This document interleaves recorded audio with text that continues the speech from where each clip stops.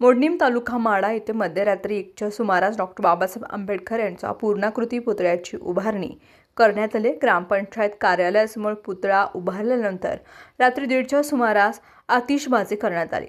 अनेक दिवसांपासून मोडणीम शहरात डॉक्टर बाबासाहेब आंबेडकर यांचा पुतळा उभारण्यात येणार असल्याची कुणकुण पोलिसांना होतीच।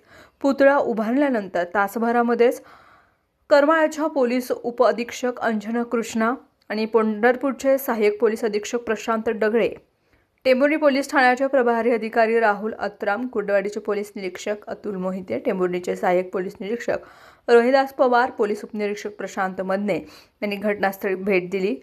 पहाटेपासूनच दंगल नियंत्रण पथक व QRT पथकही तैनात करण्यात आलं। सकाळी 10च्या सुमारास भीमसैनिक, सर्वपक्षीय नेते आणि ग्रामस्थांच्या वतीने पुष्पहार अर्पण करून अभिवादन करण्यात आलं। यावेळी महिलांची संख्या ही लक्षणीय होती। मागील महिन्यामध्ये ग्रामपंचायत कार्यालयासमोर छत्रपती शिवाजी महाराज यांचा अश्वारूढ पुतळा उभारण्यात आला होता। त्यानंतर आज डॉक्टर बाबासाहेब आंबेडकर यांचा पुतळा याच परिसरामध्ये उभारण्यात आलाय। दोन्ही महापुरुषांच्या पुतळ्यांच्या स्वागतासाठी शहरवासी व सर्वपक्षीय नेते मंडळी उपस्थित होते।